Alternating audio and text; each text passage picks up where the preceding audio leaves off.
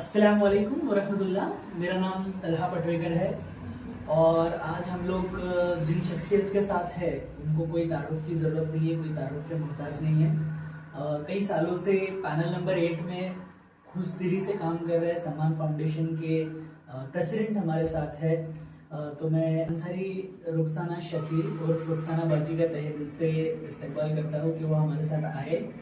और जब मैंने उनसे रिक्वेस्ट किया कि पैनल नंबर 8 के जितने भी क्वेश्चंस है, जो लोगों के क्वेश्चंस है, मैं भी पैनल नंबर 8 का एक वोटर हूँ, तो लोगों के क्वेश्चंस को थोड़ा सा एड्रेस करें, तो उन्होंने हमारी रिक्वेस्ट को एक्सेप्ट किया और आज हमारे साथ यहाँ पर आए हैं बात करने के लिए। तो बहुत बहुत आपका शुक्रिया। आप थोड़ा सा इंट्रोडक्शन दे देंगे आपका? मेरा नाम अंसारी रुखसाना शकील, मैं सम्मान फाउंडेशन की प्रेसिडेंट हूँ और पिछले 10 सालों से मैं सोशल वर्क कर रही हूँ। मेरा क्वालिफिकेशन है वो इलेक्ट्रिकल इंजीनियरिंग मैंने किया है साबो सिद्दीक से। एलिवेटर का मेरा बिजनेस है, लिफ्ट इंडस्ट्री में मैं काम करती हूँ और लिफ्ट इंडस्ट्री में मैं एक कंपनी की प्रोप्राइटर हूँ। एज ए लेडीज मुझे लगता है कि सोशल वर्क में लेडीज को आना चाहिए, क्योंकि लेडीज के बहुत सारे प्रॉब्लम होते हैं, लेडीज के बहुत सारे इश्यूज होते हैं जिनको वो दूसरे लोगों के साथ शेयर करने में थोड़ी उनको तकलीफ होती है।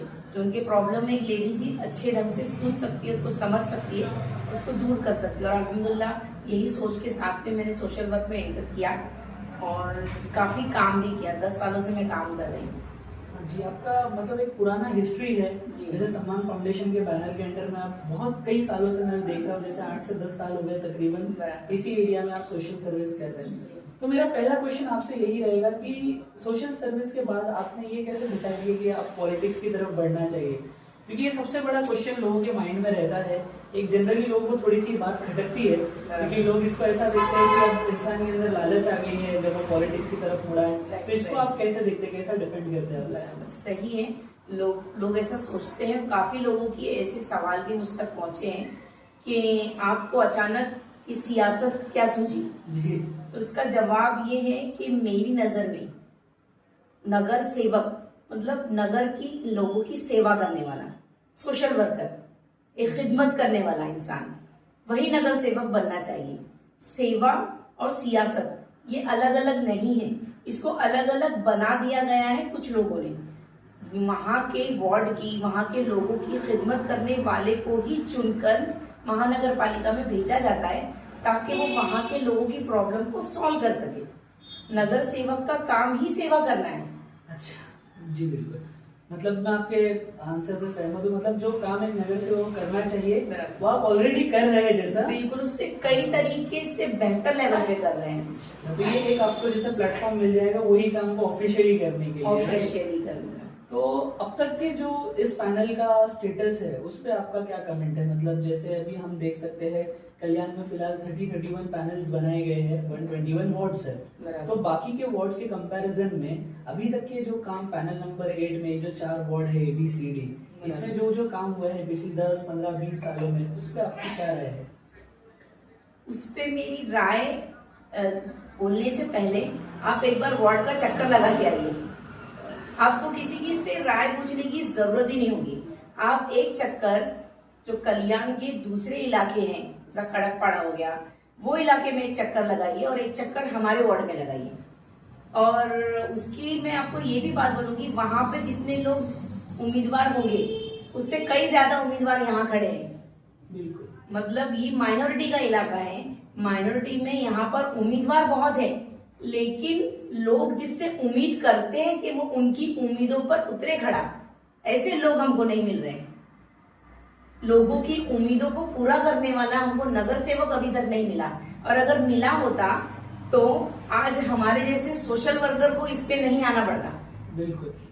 तो अभी जो एटमॉस्फेयर चल रहा है, जैसे कि आपने बोला कि बहुत सारे लोग खड़े हुए हैं, तो बहुत सारे मुद्दे भी सामने आ रहे हैं, सब अपने अपने मुद्दे ले रहे हैं, लेकिन एक चीज, एक पैटर्न जो मैंने नोटिस किया अब तक के, कि एक कॉमन चीज है सबकी बात करने के पैटर्न में। और जब मैंने आपसे पर्सनल लेवल पे बात किया तो मुझे कुछ फील हुआ कि आपके कुछ थोड़ा हटके पॉइंट्स हैं, तो वो आप थोड़ा हमारे इनको बताइए, वोटर्स को थोड़ा अवेयरनेस क्रिएट कीजिए। क्योंकि बाकी सबके इसमें एक जो कॉमन पैटर्न सुनने में आ रहा है, वो रास्ते का काम कर देंगे या फिर गटर के जो प्रॉब्लम है, पानी भरने का प्रॉब्लम है, ये प्रॉब्लम्स तो हम बचपन से सुन रहे हैं। आपसे मैंने जब बात किया तो मुझे पता चला कि और भी कुछ चीजें चीजें हैं जिसपे आप काम करना चाहते हैं, तो उसके बारे में बचपन से प्रॉब्लम सुन रहे हैं, लेकिन वो प्रॉब्लम अभी भी जहाँ के वहीं है। हर साल इलेक्शन में ये प्रॉब्लम उठता है, उठाया जाता है, हॉट टॉपिक बनता है, लेकिन ये प्रॉब्लम को सॉल्व नहीं किया जाता है, उसको वैसे ही रखा जाता है। और अगले इलेक्शन के टाइम पे रोड इलेक्शन से पहले ही क्यों बन रहे हैं, गार्डन इलेक्शन से पहले ही क्यों बन रहा है, ठीक है, क्यों हो रहा है ऐसा? क्या पिछले टाइम पे उनको टाइम नहीं मिला काम करने के लिए? तो क्यों ऐसा हो रहा है? ये सबके सवाल है, ये मेरे नहीं, यहाँ के पूरी जनता के सवाल है ये, कि ऐसा क्यों हो रहा है।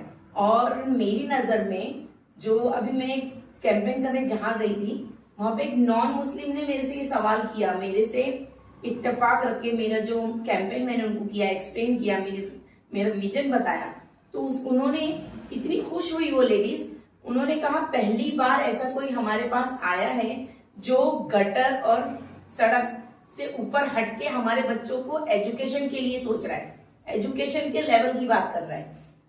ये काम तो इतने सालों में हुआ ही नहीं, और फिर से हमको उसी में उलझाया जा रहा है। रोड, गटर, सड़क, बस यही चीज है कि इससे ऊपर और कुछ काम नहीं है नगर सेवक के। और यही इतने सालों में यही काम को दिखा दिखा कर वोट मांगा जा रहा है, लेकिन काम हो नहीं रहा है। अगर काम थोड़ा भी अगर कंप्लीट होता तो आज मुद्दे दूसरे होते। मेरा ये सवाल है, आज मुद्दे दूसरे क्यों नहीं है? आज इसी पर क्यों वोट बैंकिंग की जा रही है, कि इसी पर क्यों वोट मांगा जा रहा है? आज टॉपिक क्या है हमारा, कि हम रोड बना देंगे, हम गटर साफ कर देंगे, एजुकेशन पे क्यों बात? एक नगर सेवक का काम, ये तो बेसिक नीड है, ये बिना मांगे वार्ड नंबर 8 वालों को मिलना चाहिए। इसके लिए उनको कोई मांग नहीं करनी चाहिए कि हमारे इधर की रोड बना, ये बिना बोले मिलना चाहिए। पानी बिना बोले मिलना चाहिए, रोड बिना बोले उनके घर के सामने की रोड बनी होनी चाहिए, लेकिन ऐसा होता नहीं है। उनको मांगना पड़ रहा है, और मांगने में इतने बिजी हो जा रहे हैं वो, कि उनको बेचारे लोगों की दूसरी तरफ नजर ही नहीं जा रही है। अटेंशन उनका बस यहीं तक सीमित कर दिया गया है। हमारे पैनल को पता ही नहीं है कि केडीएमसी में 25 और डिपार्टमेंट भी है जी, वो 3 ही डिपार्टमेंट में बिजी रह गए। बहुत अच्छी बात बोले आपने। तो आप कौन कौन से पॉइंट्स आगे रखना चाहेंगे जो आपके मुद्दे हैं कि इन चीजों पे काम होना चाहिए? जैसे आपके मैनिफेस्टो में मैंने रीड किया था, वो थोड़ा सा अगर आप एक्सपांड करके। मैं मैनिफेस्टो आपको दे भी दूंगी, आप अपने वीडियो में शेयर भी कर दीजिए। देखो, रोड, गटर और लाइट, पानी, ये सब बेसिक नीड है, ये सब ऑलरेडी मेंशन है हमारे मैनिफेस्टो में। ये काम होना ही चाहिए, इस पे कोई दोहरी राय है ही नहीं कि हम ये करेंगे, ये मैनिफेस्टो में होना ही नहीं चाहिए। हमको ये करके देना ही है, बगैर मांग आए सामने से। बिल्कुल हमको ये देना ही है। ये जनता को मांगने की वो क्या नगर सेवक ही क्या कि जनता को मांग, आपको क्या हमने यहाँ पे इसके लिए भेज रहे हैं हम कि आपको जनता को एक बेसिक चीज के लिए आपके दर पे आना पड़ेगा कि हमारे इधर की गटर भर गया है, चैम्बर भर गया है। आप हो ही उसी के लिए, जनता को मांग, आपकी नजर चारों तरफ होनी चाहिए वार्ड में कि किसको क्या तकलीफ, बेसिक चीज है, ये मिलना ही चाहिए। इसके अलावा और कौन कौन सी चीजें आपके विजन में? इसके अलावा एजुकेशन पर मस्ट है काम करना। हमारे लोगों के, हमारे इलाके की डेवलपमेंट के लिए बच्चों की एजुकेशन पर, जो हमारे यंगस्टर है उनकी एजुकेशन पर काम होना चाहिए। उनके लिए एक लाइब्रेरी होनी चाहिए, उनके लिए स्किल डेवलपमेंट के कंप्यूटर कोर्स होना चाहिए, जहां पर वो फ्री में आकर कंप्यूटर की जो हायर एजुकेशन है वो ले सके। और जो बच्चे MBBS कर रहे हैं, जो बच्चे JEE कर रहे हैं, जो महंगी क्लासेस अफोर्ड नहीं कर सकते, लेकिन ऑनलाइन यूट्यूब पे आज सब कुछ अवेलेबल है, लेकिन वो बच्चों के पास में, किसी के पास फोन नहीं होता है, किसी के पास घर में एक फोन होता है, या किसी का घर इतना छोटा होता है कि वो स्टडी नहीं कर पाते। तो ये सारी चीजों को ध्यान में रख के एक लाइब्रेरी होनी चाहिए, न कि जहां पर बच्चे फ्री में आके एजुकेशन ले सके, फ्रीली उनको कंप्यूटर कोर्स सिखाया जाए, जो वो सीखकर अच्छे से जॉब पे लग सके, उनका जॉब प्लेसमेंट भी अच्छे से हो। और इसके अलावा जो बहुत सारे ऐसे गवर्नमेंट की जॉब्स है जो सिर्फ 12th के बाद में उनको एक छोटा सा कोर्स, छोटा सा एग्जाम दे दें तो वो गवर्नमेंट जॉब में लग जाते हैं। तो वो कोर्सेज की उनको ट्रेनिंग दी जाए, ताकि वो बच्चे ये 12th के बाद अगर वो नहीं पढ़ना चाहते हैं या पार्ट टाइम में पढ़ना चाहते हैं तो वो जॉब पे लग जाए। तो ऐसी बहुत सारी चीजें हैं, जो छोटे बच्चे हैं उनको आगे अभी से प्रिपेयर किया जाए, 8 से प्रिपेयर किया जाए, 7 से प्रिपेयर किया जाए, कि वो आगे JEE क्रैक कैसा करें। हमारे बच्चे आज 12th में आके उनको पता नहीं चलता है JEE क्या है, तो उसके बाद प्रिपरेशन स्टार्ट करते हैं। और देखो जो गरीब के बच्चे होते हैं ना, उनमें बहुत स्टेमिना होती है। मेरा ये मानना है अगर उनको स्टार्ट से गाइड किया जाए तो वो बहुत कुछ अचीव कर सकते हैं। अमीरों को तो अपॉर्चुनिटी मिलती ही है, कोचिंग वगैरह कोचिंग तो मिलती ही है, लेकिन गरीबों को अगर सही से आप गाइडेंस दें तो बहुत आगे जा सकते हैं। ये जो चीज आपने बोले ये मतलब बाकी म्युनिसिपल कॉर्पोरेशंस कर भी रही है। जैसे अगर हम थाने का एग्जांपल ले तो थाना में इस चीज की कोचिंग बाकायदा चलती है बराबर, लेकिन हमारा वार्ड महरूम है इससे। हाँ, मैं तो समझता हूँ कि पूरे KDMC में ही कहीं पे नहीं, अगर हम हमारे वार्ड में चालू कर पाते हैं तो ये एक न्यू चीज होगी जो बहुत प्रोग्रेसिव म्युनिसिपल कॉर्पोरेशन जो है नई मुंबई और थाना की वो ये चीज कर रहे हैं। ऑलरेडी मेरा एक स्किल डेवलपमेंट का सेंटर है जो यहाँ पर इतनी बड़ी जगह मुझे नहीं मिल पाई, हालांकि वक्फ बोर्ड की और दूसरी KDMC की बहुत सारी जगह यहाँ पर है अवेलेबल स्किल डेवलपमेंट के लिए, मुझे नहीं मिल पाई। तो इतना रेंट हम लोग कल्याण का अफोर्ड नहीं कर पाए, तो मुझे कल्याण से हटकर बाहर जाना पड़ा जहां का रेंट कम है, वहां पर मैंने स्किल डेवलपमेंट का सेंटर स्टार्ट किया।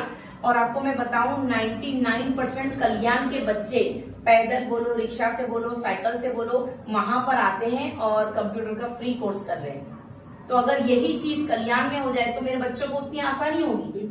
और इसके अलावा जो छोटे बच्चों की एजुकेशन का है तो जो गवर्नमेंट की स्कूल है, मेरा पहला ये रहेगा कि गवर्नमेंट स्कूल को जो प्राइवेट स्कूल है वो लेवल पे उनकी एजुकेशन लेके जाऊं, क्योंकि एजुकेशन का लेवल पैसों पे नहीं होना चाहिए, सबको एक जैसी एजुकेशन मिलनी चाहिए। अगर वो गरीब घर में पैदा हुआ तो कसूर उसका नहीं है, उसको भी वही मौके मिलने चाहिए। तो मैंने ये गवर्नमेंट स्कूल के बच्चों के लिए मैं बहुत कुछ करती हूँ अल्हम्दुलिल्लाह, उनके लिए कई कोर्सेज सिखाती हूँ उनको। अभी बीच में मैंने क्रैश कोर्स भी रखा था जहाँ पे उन्होंने कैनवा वगैरह सीखा। एक्चुअली मैं बेसिक उनको सिखाना चाहती थी, लेकिन मैं आपको बताऊं इतने मतलब बच्चों में इतनी काबिलियत है कि मैंने उनको एडवांस चीजें भी सिखा दी।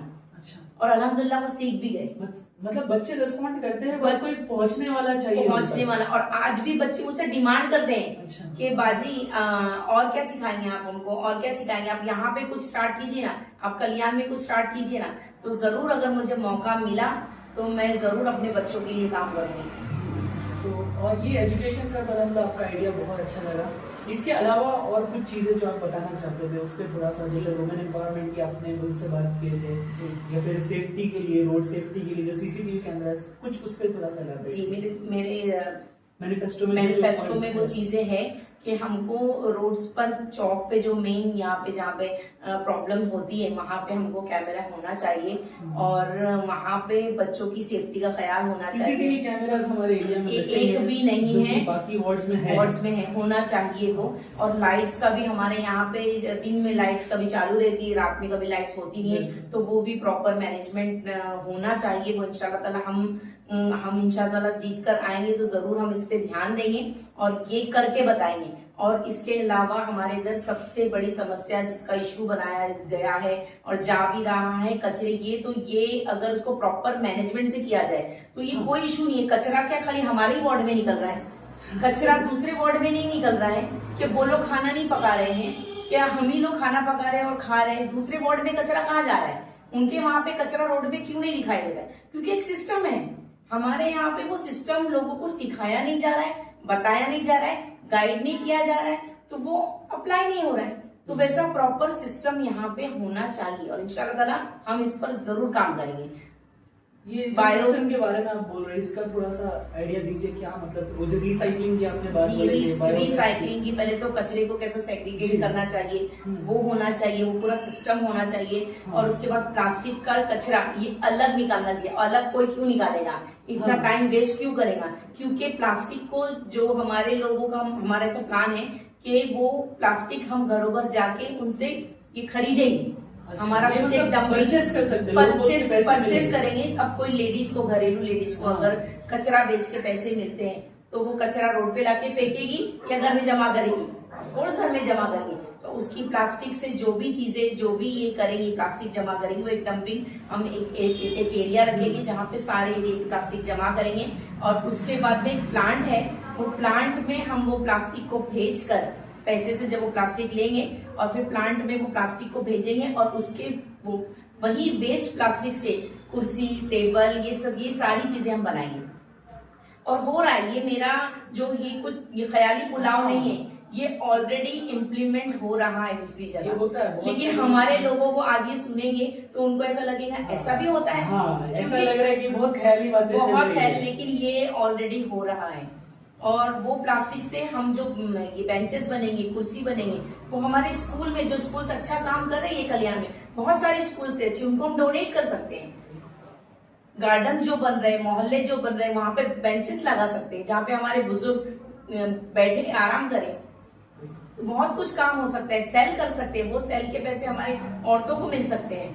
और जो वेट गार्बेज है उसको भी ठिकाने लगाने का जो एक बायोगैस प्लांट कर सकते हैं। वो हमारे एरिया में अब तक नहीं हाँ है। बिल्कुल है ही नहीं, उस पर काम ही नहीं, बस खाली यही होता है कि यहाँ का कचरा क्या करें, यहाँ इतना कचरा है, कचरे को कैसे यूटिलाइज करके, गोबर तो सोना है, अगर उसको बायोगैस के प्लांट में करते हैं तो गैस का जो इतने हमारे इधर इशू है, पाइपलाइन डाल सकते हैं, वो वही गैस को हम घरों घर तक पहुंचा सकते हैं। इस तरीके की चीजें इम्प्लीमेंट की जा रही है एडीएमसी के दूसरे वार्ड में, जो नई नई सोसाइटीज बन रही है न्यू कल्याण में। हाँ। उनको कंपलसरी किया हुआ है कि वो अपने वेट गार्बेज का बायोगैस प्लांट अपने सोसाइटी में बनाए। बराबर। तो ये एडीएमसी में हो रहा है, लेकिन हमारे वार्ड में उसकी खबर तक नहीं है। एडीएमसी में मैं आपको बता दूं, मुझे बेस्ट सोशल वर्कर का अवार्ड दिया गया।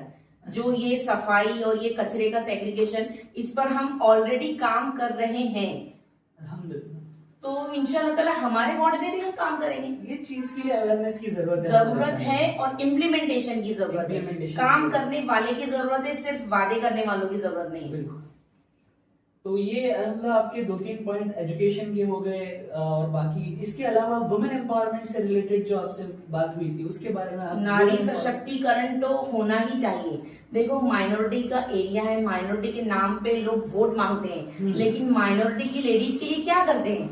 माइनॉरिटीज की कितनी सारी स्कीम्स है गवर्नमेंट के अंडर में कि वो माइनॉरिटीज की लेडीज को फ्री में एजुकेशन, फ्री में जो स्किल डेवलपमेंट के कोर्सेस हैं, जिससे वो घरेलू महिला घर बैठे अपना बिजनेस स्टार्ट कर सकती है, तो गवर्नमेंट में अपना मटेरियल सप्लाई कर सकती है। तो बहुत सारी चीजें ऐसी हैं जिनको हम लोग लेडीज को सिखा के उनको अपने पैरों पे खड़ा कर सकते हैं, उनको आत्मनिर्भर बना सकते हैं। तो वो ऑलरेडी सम्मान फाउंडेशन के अंडर में हम अपनी इस्तेदाद के हिसाब से कर ही रहे हैं, लेकिन इंशाल्लाह ताला हम पावर में आते हैं तो और अच्छे लेवल पे करेंगे, टेक्निकल प्लेटफॉर्म पे किया जी। बिल्कुल बिल्कुल। वुमेन एम्पावरमेंट के अलावा भी बहुत सारे स्कीम्स आते हैं जैसे गवर्नमेंट के, हमने वो भी अपने मैनिफेस्टो में डाला है कि एक खिड़की योजना में देखो, हमारा जो ऑफिस है ऑलरेडी हम इस पे काम कर रहे हैं, कोई हमारे लिए नई बात नहीं है। हम अपने ऑफिस से हम स्कॉलरशिप पे भी काम करते हैं, हम एजुकेशन पे भी काम करते हैं, हम सेफ्टी पे भी काम करते हैं, हम जो घरेलू लेडीज को प्रॉब्लम होते हैं, इश्यूज होते हैं, उस पर भी काम करते हैं, हम पेपर भी सही करवाते हैं, हम उनका एडमिशन भी करवाते हैं। और हम क्या नहीं करते, आपको ऐसी बात बता दीजिए कि सम्मान फाउंडेशन ये काम नहीं करता। जिसको भी जो भी इशू होता है, लेडीज, आपको मैं बता दूं, ये मोहल्ले की सारी लेडीज, 8 नंबर की सारी लेडीज पहले दौड़ के बाजी के पास में ही आएगी कि बाजी हमको ये प्रॉब्लम है। तो अल्हम्दुलिल्लाह उनके डॉक्यूमेंट से लेके उनके मतलब जो बच्चा 1.5 साल से लेके बच्चा जब पैदा होता है, वहां से हम 1.5 साल नहीं, बच्चा जब पैदा होता है बर्थ सर्टिफिकेट से लेके मातृश्री वंदना योजना ये तक लोगों को नहीं पता है, वो भी हम अप्लाई करके देते हैं। बच्चा पैदा होता है, बच्चा पैदा होने से पहले उसकी माँ को कैसा बेनिफिट दिला सके, उससे लेके तो बच्चा जब तक जॉब पर नहीं लगता तब तक हम काम करते हैं। ये तो जो गवर्नमेंट स्कीम्स के बारे में आप बता रहे हैं, इसके लिए तो हमारे वार्ड में अवेयरनेस की बहुत ज्यादा जरूरत है, क्योंकि ये स्कीम स्पेशली माइनॉरिटीज के लिए बनाई जाती है। जो रिलीजियस माइनॉरिटीज है और SC/STs है, OBCs है, उनके लिए स्कीम बनाई जाती है। अगर माइनॉरिटी ही उसके बेनिफिट नहीं लेंगे, उसके बारे में अवेयर नहीं रहेंगे, तो मतलब वो एक बहुत बड़ी चीज है जो हम इग्नोर कर रहे हैं, और फिर हम गवर्नमेंट को कोसते हैं। बिल्कुल, और वो चीजें खत्म होती जा रही है। हाँ, माइनॉरिटीज बेनिफिट नहीं लेती है तो वो चीजें कम कर दी जाती है धीरे धीरे। तो ये चीजें माइनॉरिटी तक पहुंचे, ये बहुत ज्यादा जरूरी है मेरे नजर से गवर्नमेंट स्कीम्स के बारे में। इसके अलावा हम आंगनवाड़ी पर भी काम करेंगे। हमारे मोहल्ले की पॉपुलेशन के हिसाब से यहाँ पे आंगनवाड़ी नहीं है, जितनी होना चाहिए, ठीक है। और जो आंगनवाड़ी है भी, उस पर जो फैसिलिटीज गवर्नमेंट की मिल रही है वो इतनी प्रॉपर नहीं मिल रही है, उस पर भी हम काम करेंगे। आंगनवाड़ी प्रॉपर यहाँ पे पॉपुलेशन के हिसाब से बनाएंगे और सारी गवर्नमेंट की जो चीजें बच्चों को जो उनको खान पान मिलता है आंगनवाड़ी वो प्रॉपर हम लेकर आएंगे, ताकि हमारे एरिया के बच्चों, और एजुकेशन भी, आंगनवाड़ी का एजुकेशन भी हाई लेवल पे लेके जाएंगे। तो अल्हम्दुलिल्लाह इस पर भी हमको काम करना है। और इसके अलावा हॉस्पिटल्स, हमारे यहाँ पे जो गवर्नमेंट हॉस्पिटल है उनमें जो फैसिलिटीज मिलनी चाहिए जो दूसरे हॉस्पिटल्स में मिलती है, दूसरे एरिया के, दूसरे वार्ड के एरिया में जो मिलती है, वैसी फैसिलिटी हमारे यहाँ नहीं है। तो मुझे ये समझ नहीं आता कि ये क्यों हो रहा है ऐसा। हाँ, यहाँ पर क्यों है ये डिफरेंस कि बाकी वार्ड इतने डेवलप्ड है और पैनल 8 हम देखते तो ऐसा लगता है कि हम कोई गांव में आ गए। ये ओल्ड कल्याण बोलते हैं इसको। ओल्ड कल्याण नाम देके बस इसकी ओल्ड कल्याण और वो सब न्यू कल्याण है। हाँ। क्यों? इसकी वजह ये है कि हम जो यहाँ प्रतिनिधि चुनकर जो केडीएमसी में भेजते हैं वो प्रॉपर ब्रिज का काम नहीं कर रहा है। अच्छा, वो प्रॉपर काम नहीं कर रहा है, वो प्रॉपर यहाँ की प्रॉब्लम महानगर पालिका तक नहीं पहुंचा पा रहा है। वो सिर्फ रोड गटर तक ही है, वो भी प्रॉपर नहीं हो रहा है। बहुत बार तो हमको पता चलता है कि हमारे जो इलेक्टेड रिप्रेजेंटेटिव्स है वो होते भी नहीं है मीटिंग्स में। केडीएमसी से जब हम रिपोर्ट्स निकालते हैं तब पता चलता है कि बहुत सारे तो मीटिंग अटेंड नहीं करते, उनको तो पता कैसे ही नहीं हमारे वार्ड्स को फंड मिलेगा। बिल्कुल, और ये फंडिंग की डिमांड करनी होगी और फंडिंग मिलती भी है। मैं आपको बता दूं कई हजार करोड़ की फंडिंग होती है, लेकिन वो फंडिंग कहाँ यूज होती है, कहाँ जा रही है ये पैसा, हम पूछना चाहते हैं। जो पिछले नगर सेवक थे कहाँ पर, कितने हजार की, अगर आप सड़क की बात करें, यहाँ के नगर सेवक को एमएमआरडी की सड़क और केडीएमसी के अंडर में जो सड़कें आती हैं उनमें डिफरेंस नहीं मालूम है। जब डिबेट करते हैं तो एमएमआरडी के रोड को बीच में लेके आ जाते हैं। उनकी फंडिंग अलग होती है, उनका एक अलग रोल है, तो ये अलग डिपार्टमेंट है। ये डिपार्ट आप यहाँ की बात कीजिए। और इसके अलावा ग्रीनरी का तो यहाँ कॉन्सेप्ट ही नहीं है। हाँ। तो क्यों नहीं है ग्रीनरी का कॉन्सेप्ट? क्यों हमारे एरिया को अच्छे माहौल की जरूरत है, हमारे एरिया में प्योरिटी की जरूरत नहीं है। पेड़ पौधे सिर्फ यहाँ पे अभी हमारे ऑफिस के सामने आप देखें, यहाँ पे कोई अच्छे एनजीओ वाले हैं जिन्होंने अपनी जेब के पैसे से प्लांट लगाए हैं। उन्होंने मुझे बताया, मेरी उनसे बातचीत हुई है तो बताया कि बाजी यहाँ पे कोई देखने नहीं आता है कि हमने अपनी जेब से प्लांट लगाए यहाँ की खूबसूरती के लिए। तो ये हाल है। तो मतलब वो फंडिंग जब इतनी मिलती है तो कहाँ जा रही है? अपना खूबसूरती पे काम कर रहे, अपना प्लांट पे काम कर रहे, अपना रोड पे काम कर रहे, तो आप काम किस पे कर रहे हो? और जब इलेक्शन आता है तो फटाफट सारे काम स्टार्ट हो जाते हैं और इलेक्शन जैसे ही खत्म हो सारे काम खत्म। मतलब हमारे मोहल्ले का सिर्फ मेकअप किया जाता है इलेक्शंस के टाइम पे। जी वही है ये है। तो अब हमने इसके लिए लोगों ने हमारा मन बंधवाए कि बाजी तुम खिदमत कर रहे हो सालों से, तो तुमको अब ये सियासत में आना चाहिए, क्योंकि सियासत और खिदमत ये दोनों अलग चीज नहीं है। मेरा कॉन्सेप्ट ये है कि दोनों एक है, इसको अलग बिल्कुल ना किया जाए और बिल्कुल ना समझा जाए। और मेरा तो स्लोगन ही ये है कि मेरा आश्वासन, ना लालच ना डर, साफ नियत साफ शासन। बहुत मतलब एकदम क्लियर आपके स्लोगन में ही एक्सप्रेस कर दिया कि मतलब आपका क्या विजन है, क्या पाथ रहने वाला है। एक लास्ट सवाल जो मैं आपसे पूछना चाहूंगा, जो लोगों के मन में भी आता होगा कि कोई किसी का मतलब बहुत लोग खड़े हैं हमारे वार्ड से, तो मतलब भर भर के लोग खड़े हैं तो कोई किसी का रिश्तेदार है, कोई किसी का जान पहचान वाला है, तो वो सब छोड़ के लोग आपको क्यों वोट दे? ये एक लोगों के मन में ख्याल आता है, तो इस पे आप कुछ कमेंट करना चाहेंगे? बिल्कुल, देखो मेरा मानना ऐसा है कि जब एक मिसाल से मैं समझाती हूँ, क्योंकि लोगों को मिसालें जल्दी समझ में आ जाती है।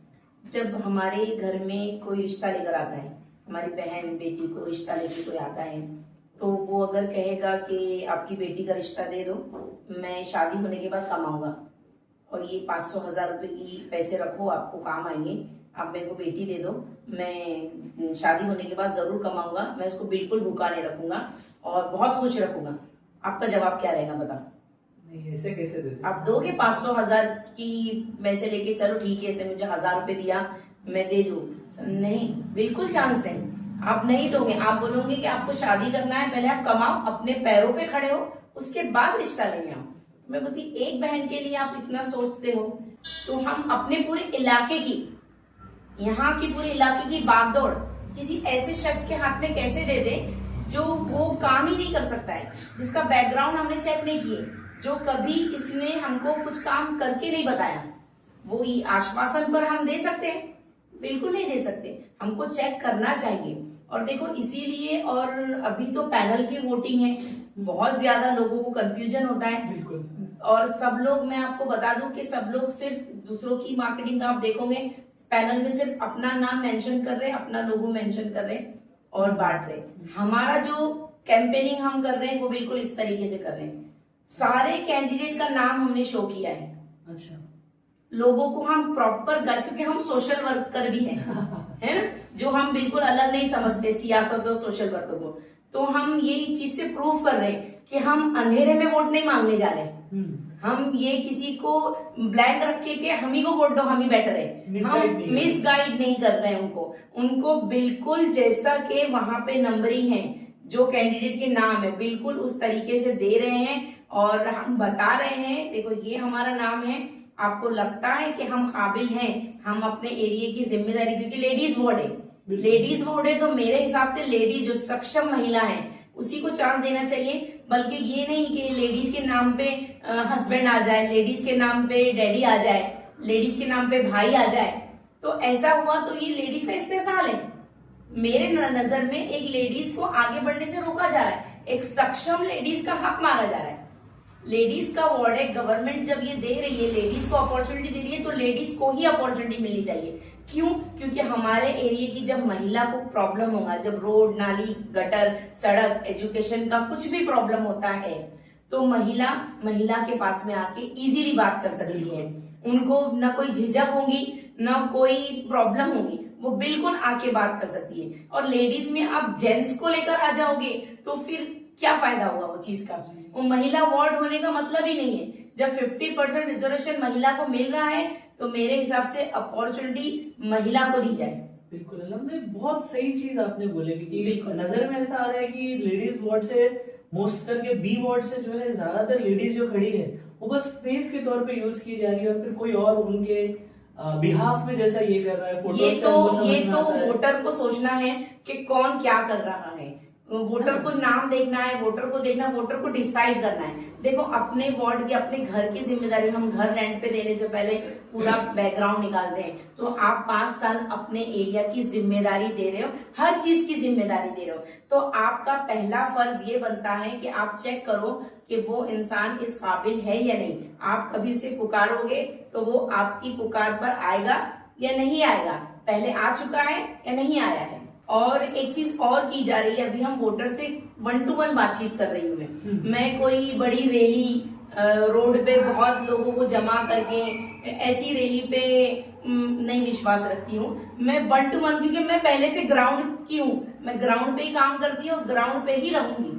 मैं 1 to 1 जाके एक एक लेडीज से मुलाकात कर रही हूँ, उनकी प्रॉब्लम सुन रही हूँ कि वोटिंग देने में उनको क्या परेशानी आ रही है। कई लोग तो डर के मुझे ये बता रहे हैं कि बाजी हम वोट देने ही नहीं जाएंगे, हमको समझ ही नहीं आ रहा है कॉन्सेप्ट क्या है। एक एक लेडीज को मैं समझा रही हूँ, कुछ वीडियोस भी ऐसे आ जा रहे हैं कि लेडीज और ज्यादा कंफ्यूज हो जा रही है। तो मैं इस मीटिंग में आपके जरिए मैं लोगों को सही गाइडेंस भी देना चाहती हूँ कि जो हिसाब से हमने ये डिजाइन किया है, ये बिल्कुल वहां पर भी बिल्कुल ऐसे ही कलर के पैनल होंगे, बिल्कुल सेम कलर, सेम सीक्वेंस के पैनल बिल्कुल वहां पर भी ऐसे ही हो गए। ये हम देखो पैम्पलेट में, मैं अपनी मार्केटिंग, मेरा बड़ा फोटो करके मैं लगा सकती थी, लेकिन मैंने अपने पैम्पलेट में यही पैनल छापा है, यही पैनल प्रिंट करवाया है, ताकि मेरे कल्याण वाले जो है, मेरी जो महिला है, मेरे जो भाई लोग हैं, उनको जो जहनी दबाव उन पे पड़ रहा है, दबाव डाला जा रहा है कि एक ही पार्टी को आपको वोट करना है, नहीं तो आपका वोट खराब हो जाएगा। इस तरीके की बहुत बातें, बहुत वीडियोस भी आ रहे हैं, बहुत जाके उनको कन्विंसिंग भी इस बात की जा रही है। मुझे लोग शिकायत कर रहे हैं इस बात की कि बाजी हमको ऐसा डराया जा, हमको ऐसा बताया जा रहा है कि देखो अगर आपने सेम पार्टी के लोगों को वोट नहीं किया तो आपका वोट खराब हो जाएगा। तो प्लीज इस तरीके की जो लोग ऐसा कर रहे हैं उनसे भी मैं रिक्वेस्ट करूंगी, मुअद्दबाना गुजारिश करूंगी कि प्लीज मिसगाइड मत कीजिए, वोट अपने दम पे मांगिए, अपने पार्टी के जिनको आपने उम्मीदवार चुना है उनके दम पे मांगिए, मिसगाइड मत कीजिए। ताकि मेरे जो कल्याण वाले हैं उनको जहनी दबाव का शिकार ना हो। वो बिल्कुल समझ नहीं पा रहे ये क्या हो रहा है, कोई एक आ रहा है ऐसा बता रहा है, कोई एक आ रहा है ऐसा बता रहा है। तो जो है जो बोलते हैं ना एकदम रियल फाइट कीजिए, ईमानदारी से लड़िए आप। लोगों को जो बेचारी गरीब जनता है ऑलरेडी बहुत सारे मसले में फंसी हुई है, एजुकेटेड नहीं है, जो बेचारी औरतों को समझ नहीं आ रहा, वो बोलते बाजी तुम ऐसा पैनल बता रहे हैं, यहाँ पे किसी ने हमको येलो पे बताया, तो किसका सही है किसका गलत है, क्यों परेशान कर रहे हो आप औरतों को। प्लीज ऐसा मत करो। यहाँ पे जो कलर कोडिंग हमने दिए हैं, हमने ये वार्ड ऑफिसर से, इलेक्शन ऑफिसर से, सबसे जाके हमने सैंक्शन करवाया है कि सर देखिए ये सही है, तो हम लोगों को ये एक्सप्लेन करेंगे। मुझे मजबूरन ये पैनल अपने पैम्पलेट पे छपवाना पड़ा ताकि मेरे जो लोग हैं कल्याण के, मेरे वार्ड के जो लोग हैं वो आसानी से, इंसाफ से सही को चुन सके। उनके पास सारे वोटर की लिस्ट आए और वो एक्चुअली ये भी नहीं समझ पा रहे कि किसमें से कौन से लोगों में से उन्हें चुनना है, कौन सा कैंडिडेट कौन से वार्ड से खड़ा है, उसमें भी कंफ्यूजन है। तो ये अल्हम्दुलिल्लाह इवन टीचर्स होने दो, डॉक्टर्स होने दो, काफी इत्मीनान हो गया उनको ये देखकर।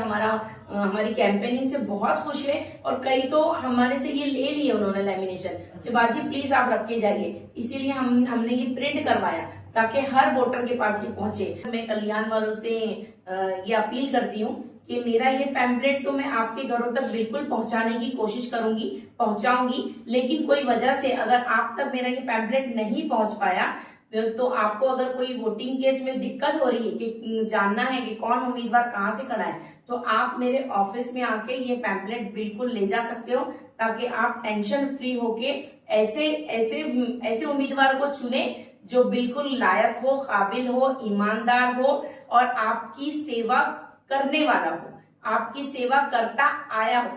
ठीक है, बहुत बहुत शुक्रिया, बहुत अच्छा लगा मुझे आपसे बात करके। और देखो मैं ग्राउंड लेवल पे काम करने वाली हूँ, मैं कोई बहुत ऐसी फेमस या शख्सियत नहीं हूँ कि मेरा बहुत सारे न्यूज चैनल वाले आ जाए या पेड प्रमोशन जिसको आजकल बोला जाता है, जो मना है वो नहीं करना चाहिए ये टाइम में, ये ड्यूरेशन में, लेकिन हो रहे हैं, लोग कर रहे हैं, हम उस पर कोई बात नहीं करेंगे। लेकिन आप मुझ तक पहुंचे और आपने मुझे इस लायक समझा कि आप मेरा कॉन्सेप्ट, मेरी बात, मेरा विजन आम जनता तक पहुंचाए, इसका मैं आपका बहुत बहुत शुक्रिया अदा करती हूँ। जज़ाकल्लाह खैर अपना वक्त देने का और मेरी बात सुनने का। जज़ाकल्लाह।